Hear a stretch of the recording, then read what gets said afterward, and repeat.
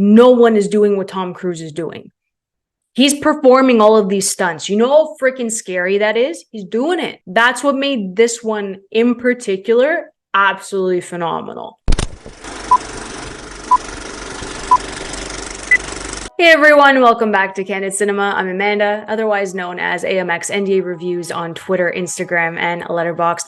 Today I will be continuing my Mission Impossible reviews with Mission Impossible Ghost Protocol, directed by Brad Bird.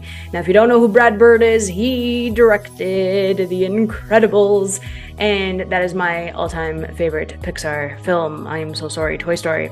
But Brad Bird took on Mission Impossible 5 years later from MI3. J.J. Abrams produced this one as well. You could tell that they had to find a story, and Tom Cruise will always find a story if he loves the character and if it feels right for the character, and that's what happened with Ghost Protocol, i.e. also like Top Gun Maverick made the most sense as well.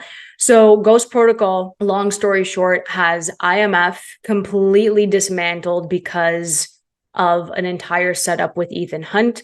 The Russians are against the Americans are against the Russians, and it's all because they need to get these nuclear codes. So there's one extremist within the Russian specialized area that they want to destroy everyone, and they're going to pin it on the States instead of anyone knowing that it came from directly inside Russia. Sick man, very twisted. So that's the gist of what's happening. So at the very beginning, this opening is pretty cool. We have an IMF agent who is trying to secure the codes, secure the USB, and he gets shot, unfortunately, by this lady named Moreau. You can see that technology has really changed from the original trilogy, and that's what we're going to call it, the original trilogy here. So it's changed a lot. There can be contact lenses that can scan people in the crowd and match it onto your phone, and then you'll be able to see who's like the person that you're trying to find, the assassin, all of this stuff. They have that. And Moreau, who's played by the lovely Léa Seydoux, I love her so much, she takes a shot on the IMF agent. We find out that this IMF agent is directly tied to Paula Patton, who plays Jane and is another IMF agent. They obviously have something romantic going on, and she just cannot stand Moreau. And that's why she's directly involved with this entire plot. Now, Ethan's in jail. We don't know why Ethan's in jail, but he's in jail. And what happens is that Benji is back. Simon Pegg has returned, and his banter is just the most refreshing thing about this franchise. He is amazing. So Benji basically breaks Ethan out of jail, and Ethan's like so chill. He's like throwing a ball against a wall. He's like, cool, we're breaking out. I got to get my friend. He's going to tag along as well. But they get out of the jail. This opening sequence, as they are breaking out of the jail, okay, Ethan Hunt lights a fuse in the tunnel that's going to help them get out and then just basically blow up the jail afterwards. This opening sequence is phenomenal. Michael Giacchino's score here, fantastic. The theme, really, really soft at the beginning, and it builds up the same way of like you light the fuse, okay, and it just goes. And this ties into like the first film in Mission Impossible. So I'm saying he went back to the roots of what made this franchise so great. Brad Bird shows everything that would eventually happen. Like it's literally a montage of everything that's going to happen in the film. And this opening title sequence is by far the best one that I've seen. I love it so much. I think they really just went back to the roots and just added so much more to it. So I love that opening with the fuse. I thought it was genius. The score is absolutely phenomenal in Ghost Protocol. It's fantastic. Like I said, doesn't overpower it, comes in at the right time, and then it goes with the flow of the action. It goes with the flow of the scenes and what is actually happening on screen. So if you're getting more of like an intense conversation, the score will match what they're doing and what they're saying. And I think that it's just done extremely well. So they have to go and break into the Kremlin, which is like this massive embassy in Russia. And they have to get these codes. The whole point is trying to get these codes. So they go in, again, you see Benji with some new technology, which is really cool. And there's like a projector that shows that there's like a statue in the hallway. Meanwhile, they're behind the statue and they're trying to break into the room where they have, the information that they need in the codes in the briefcase and all that stuff. It's intense. The same way Brian De Palma played with the silence and just let his scenes breathe with silence, that creates the most tension. You don't need to hear explosions go off. You don't need to hear them talking constantly. Play off of the silence. And Brad Bird did that. And that's what made it a lot of fun, because it's the reactions from Benji. It's the reactions from Ethan Hunt. And they're looking at each other like, holy, just stay quiet. Don't move. Don't do this. That's what makes it so intense and so good. Ghost Protocol is a bit more slow moving. It's not as fast paced as the other ones. That's why I gave it the rating that I did, and I'll tell you guys at the end of this video. The buildup with the Russians and the Americans going head to head, the setup for Ethan Hunt, especially being in the Kremlin, they wanted it to be like he broke out of jail, got to the Kremlin, he's the reason why all this is happening, directly hit IMF. When that happens, everyone finds out they are exposed. Every agent's exposed. So after the Kremlin's like blown up and they're in a hospital and they're trying to, get Ethan out of the hospital, which he gets out by himself. There is a Russian who is like fighting for his country, and he's like, I'm going to get you, Ethan Hunt. So you have like that minor thing going against Ethan, and Ethan's like, I was set up, dude. Like, don't come after me. I have bigger fish to fry. And he just doesn't listen to him. So I thought that was the only misstep here. And it added like nothing to the story other than like a fun action sequence. But that was my only peeve with this one. But Ethan gets out. Then he meets with like the secretary. And this is where we're introduced to Jeremy Renner as Brent. He sits with the secretary. He's an analyst for him. And Ethan's like running the numbers. He's running the people that he has met, and he's trying to figure out what the hell's happening. So IMF's compromised. They all have to be disavowed. And he knows that people are going to go after him and his team. So the secretary is like, listen, I've always considered you as a friend. If I didn't know about X, Y, and Z, he kind of tells them that there's a safe house, there's a car, there's money, there's all this stuff. There's technology that can be accessible to you by going rogue and not like going into IMF, not letting anyone know that you're involved in it. So the secretary gets shot in the car. Ethan's like, what is happening? Because they brought in Ghost Protocol, meaning that every single agent is off the grid now. There's nothing connected to IMF. So now Brent, the analyst, who isn't really just an analyst as we find out later, Brent is on the run with Ethan Hunt. So they get together. The one cool thing that I really, really liked was the train. And they were trying to get into one of the cars, and he had to do like a face scan. He was like running against the train moving, and they eventually did get in. They met their team, and they do a whole breakdown. So there's 3 people in play. There's Winslow, Moreau, and Hendricks. Again, they spelled it out for us. They have to get to Winslow, who has the codes, has to go through Moreau, and then if Moreau and the codes and the diamonds that are all involved there, that whole situation, they have to get the codes to Hendricks. So it's a 3-way party here. As long as they find a way to get to Hendricks, they can kind of stop the trade between Winslow and Moreau and not have it go to like an outsider, a third party, in order to get to Hendricks, who Hendricks is obviously going to be trigger happy, and he's going to nuke wherever he needs to nuke. This whole portion, this is now technically the second half of this film. Non-stop tension. Brad Bird pulled out all the bloody stops because wow. Just wow. Here, they go to the Burj Khalifa Hotel, and it's like one of the biggest landmarks in Dubai. Biggest freaking thing you've ever seen. Tom Cruise is crazy. He does a wall climb, he runs, he jumps. It's all Tom Cruise. And here's the difference. Okay.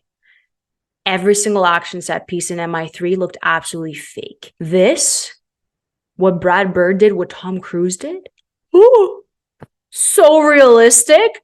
The second he comes out, okay, because Benji tells him, I don't have the proper technology to break in here from the inside. The mainframe is like high tech. There's no way I can get in. You're going to have to go from the outside to break into the mainframe. Ethan Hunt's like, I beg your freaking pardon. I have to make my way from the outside? You're crazy, dude. Does it anyway. It's 130 stories. I think it's on the floor 130 and they were on like 108 or something like that. And they're on a time crunch because they're trying to block this meeting. So either they have to block Winslow or they have to block Moreau, but all of them have to be present to wear the mask in order to walk into two separate apartments to hold off Moreau and hold off Winslow to get the exact same information. Wow. He does this wall climb, phenomenal work. The way that Brad Bird put the camera was an aerial, like looking down. So as Tom Cruise is like walking across with these really cool gloves that Benji has. So now if it's blue, you're good. You're cool.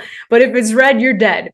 So when Benji says this, it's just hilarious because everything is so fast paced. And like Jeremy Renner's Brandt hasn't been in the field for a very long time as an analyst. So he has to go along with it, but he's just terrified. So you have like Brandt and Benji who have like amazing chemistry and they have great banter along with Ethan. Like, this is the craziest thing I've ever done. However, he's more composed. In MI3, he was too emotional and I didn't like that side of Ethan Hunt, but this one was funny because he's like, I guess I have to do it, right? Scaling the wall, gets in, fixes everything. With some trouble, one of the gloves stops working. He does it freehand. Again, these shots are like unbelievable because he's not doing it with a harness. He's there. He's there. Okay, he's scaling this wall. He's like, I can do this.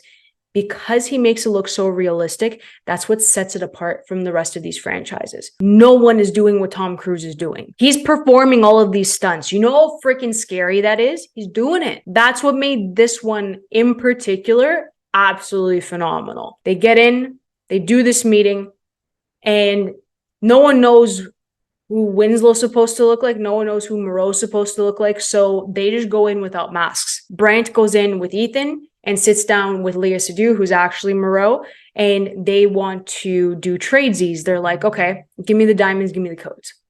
So now, as they're waiting for the diamonds, I can't even explain to you how intricate this plan was. There was no way for them to tell the audience, but watching it unfold, absolutely fantastic. The moving parts in this, I was amazed with what they did with the technology. I really was. So Jeremy Renner, Brandt, wore a contact that could scan the documents and put it in the other briefcase in the other room for Paula Patton playing Moreau in the other room to give it to the actual person who's Winslow in that separate apartment.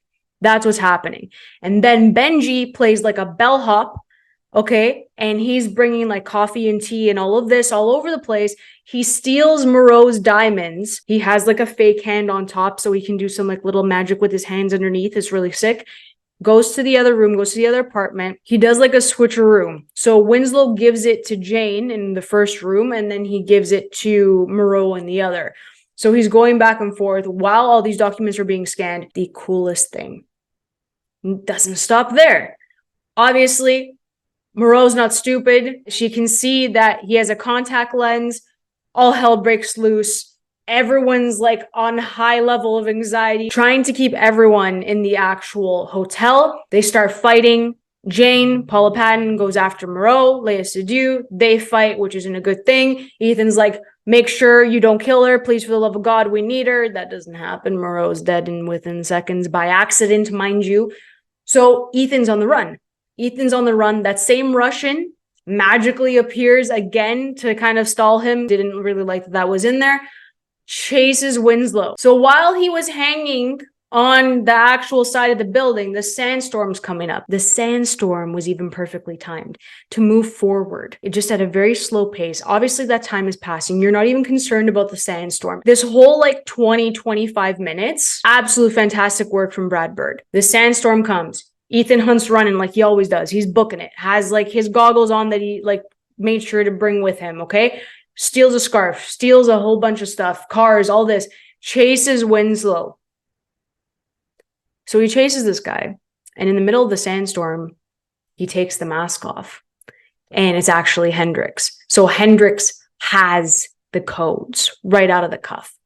Wild. So now Hendrix knows what Ethan's doing. So they get mad at each other because they let everyone get away. And we find out that Brandt was actually looking after Ethan. And that's why we find out that Julia had died. And Brandt is the one that followed Ethan that night instead of staying with his wife. And the other 2 agents were also killed, and they found her body like days later. So Brandt's carrying that with him, working with Ethan. The whole thing with the nukes was a bit confusing because they had to go to a party and somebody else had the codes to get in to the satellite, and they had to go to India to like stop the satellite from transmitting, the connection to the nukes. That was the only way that they could have done that. So they go to this party. Obviously, Paula Patton has to be smitten with the guy who has the codes for the satellite.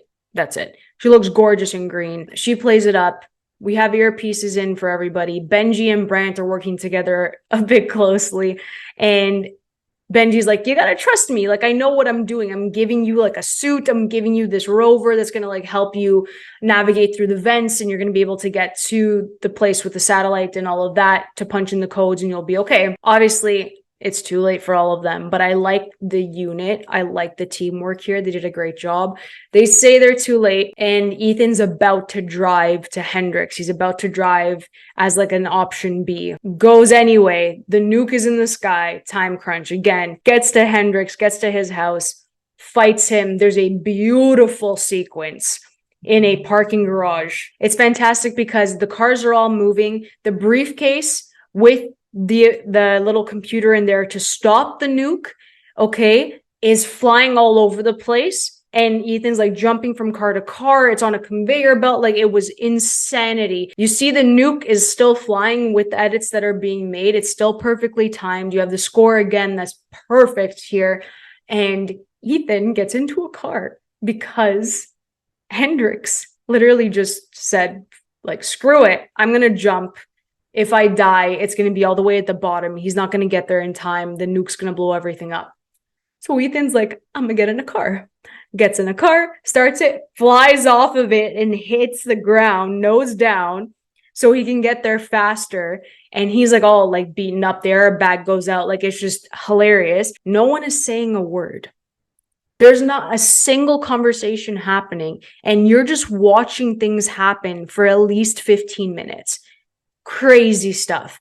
Gets to the briefcase, tries to like get in. It's not working. It's jammed. So everyone's trying to work together here. They're trying to put the power back up at the same time. Benji's doing that with Brandt. Jane's not doing well because she got shot. So everything is on like this time crunch. The power comes back on. Benji puts the wires together properly and it all works. The best thing that Ethan Hunt has ever said, he kept pressing that button and he was like, mission accomplished. And then the nuke just like disarmed and it was fine. He saved everybody. So intense. Loved everything about it. That was so good. And then at the end, they all come together and they laugh about the car. Luther was laughing too because Luther came in afterwards and he's like, you said mission accomplished. You said mission accomplished. So it was just funny that they had a meeting after that. And then Luther's like, okay, I got to go. But he meets the rest of the team. So he's also in contact with Ethan. I love that they kept their friendship there. But Benji, Brandt, and Jane are all sitting there. Ethan's like, you guys are all disavowed. Like, IMF is compromised. And he puts 3 phones on the table. And Benji takes one because now it's based off of friendship. If I need you, I call you. If I hear anything, I'll call you. And that's really nice that they did that. Brandt stays back, explains what happened to Ethan, and Ethan looks directly at a boat that's docking there when they're outside, and he sees Julia. And Brandt's like, I'm sorry about your wife, she's dead. And Ethan's like, are you sure? Are you sure she's dead? He's like, well, yeah, I saw a body. He's like, did you see a body?